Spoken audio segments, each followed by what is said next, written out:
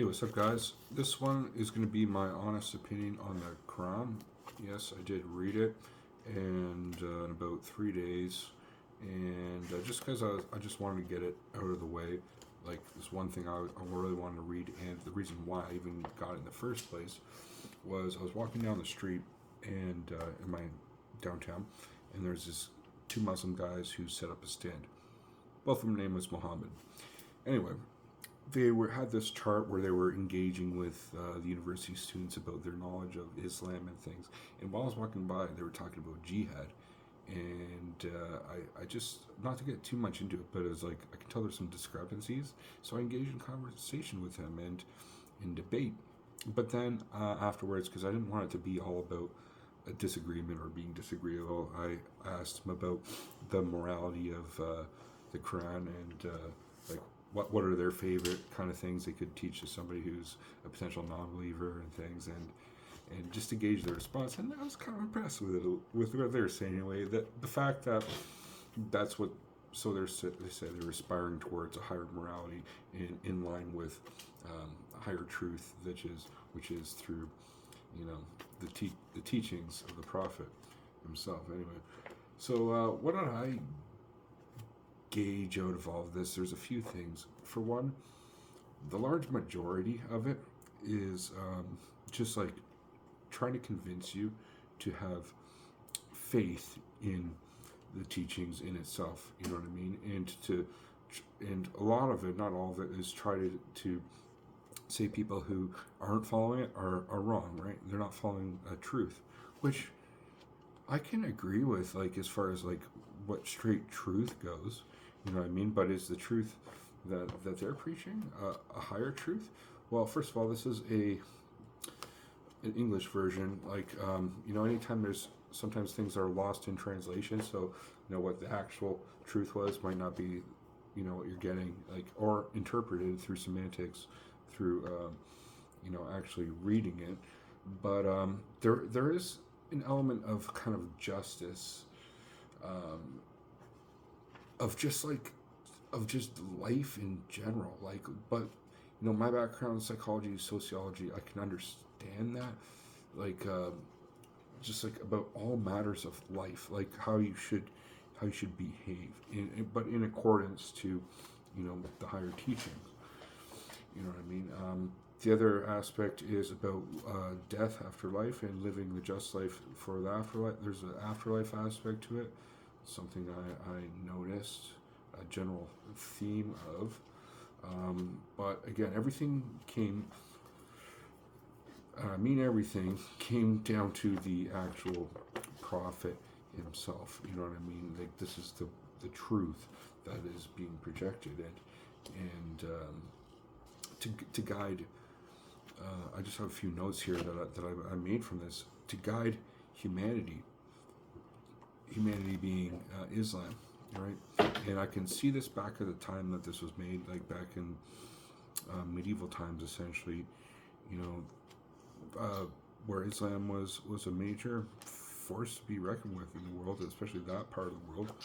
And there was a lot of philosophy involved, and I believe something like this was made to bring some kind of social cohesion in a theology form, to bring people in alignment, to a lot of the time just to live good lives as your generally life. Like, I think there is some value there, but I also think that is a bit manipulative, like a lot of religions. I'm going to say Christianity itself is, in some ways, has been in the past.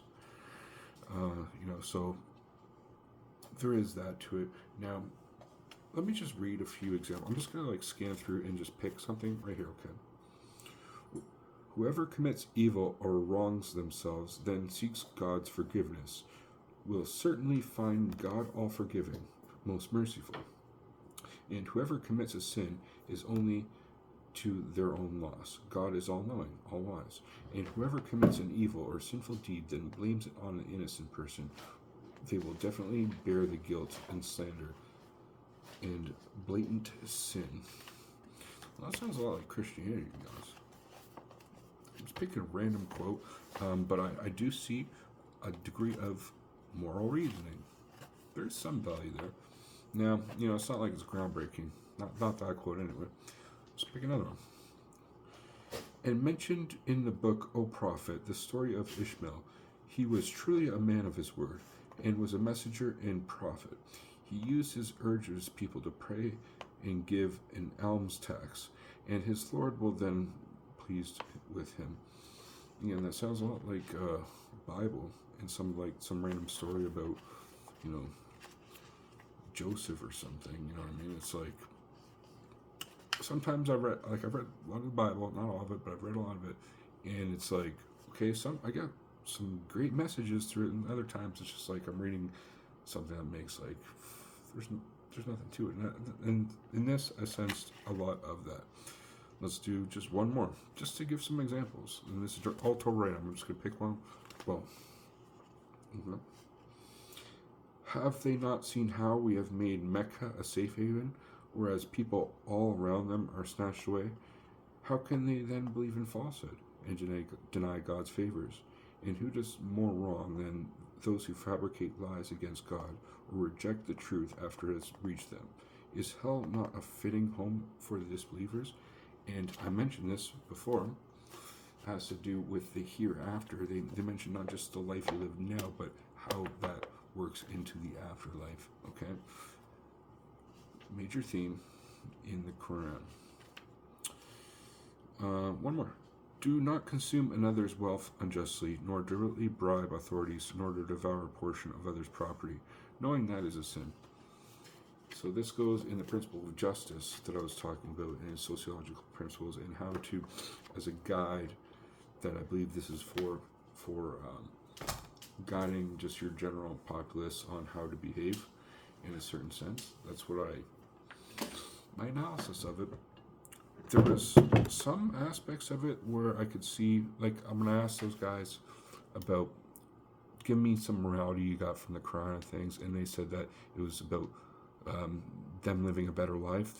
There's a guide that goes, in some sense, like how to guide behaviors based on the teachings of the prophet, and live in accordance to laws that will align yourself with Allah.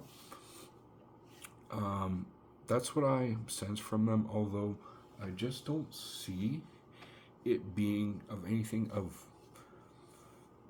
in our times, to say lack of a better word, and now in my life being anything groundbreaking, to be honest. That's just my general synopsis of it. I think whatever it was made at the time, in whatever the historical context of, the warring regions of Islam, and they're conquering all the way up to Spain and things, that what they had to do was convert people. That's a major way to get people on your team, and to conquer is through conversion, and that's what they did do. And part of that was like, you had like a few choices. Either you convert, or you pay a tax, or you essentially die, or get conquered, or imprisoned, or enslaved. And that's often what happened. That's the historical context of this. So part of the conversion process is having a piece of literature to follow by, and having some type of theology and traditions to be like, okay, now you're a part of us. This is what you have to ascribe to now, right?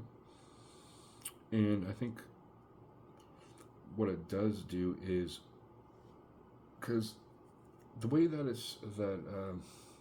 Islam is very monotheistic, I would call it, and very groupthink, like collective mindset, where like there's not much variance even in like what they wear or whatever. You know what I mean? It's a very similar mindset between all of them, not very individualistic. Okay, well, those type of populaces are more easily to control, and it is more like you're working with the group, and the group is aligned with a set of principles that is given upon you, and the control is not within yourself; it's outside yourself, being the control of like Allah and the Prophet's principles. Okay, that's what I gauged out of it. Should we do one more? Just to I'm gonna like project myself, but pick a quote that will best sum up this, and we'll leave it there. Okay. Let's hear 'em. We send down the Quran as a healing and mercy for the believers, but it only increases the wrongdoers in loss. Well, how appropriate is that? It's like, give me one more message to this, and it tells what the importance of the Quran is for the believers. Well, maybe I should give a second read through that then, eh? I don't know, but interesting nonetheless, and an interesting piece of human history, at the very least, to read about philosophy of religion. Yeah, I just love it. I love reading about all religions. Back in the day, Buddhism was a big part of me, and Taoism, and Christianity. At one time, I was super big into. My current girlfriend wants me to go to church and things, but I'm open-minded and just like, well, just say it how I see it, as far as things go, and that's my interpretation of the Quran. What do you guys think about that one? Maybe some Islamic guys are mad at me after this one. I don't know. We'll leave in the comment section below why I'm wrong. Okay, if that's the case, if they YouTube came across me on YouTube, by happenstance. Thank you for watching, guys. Peace.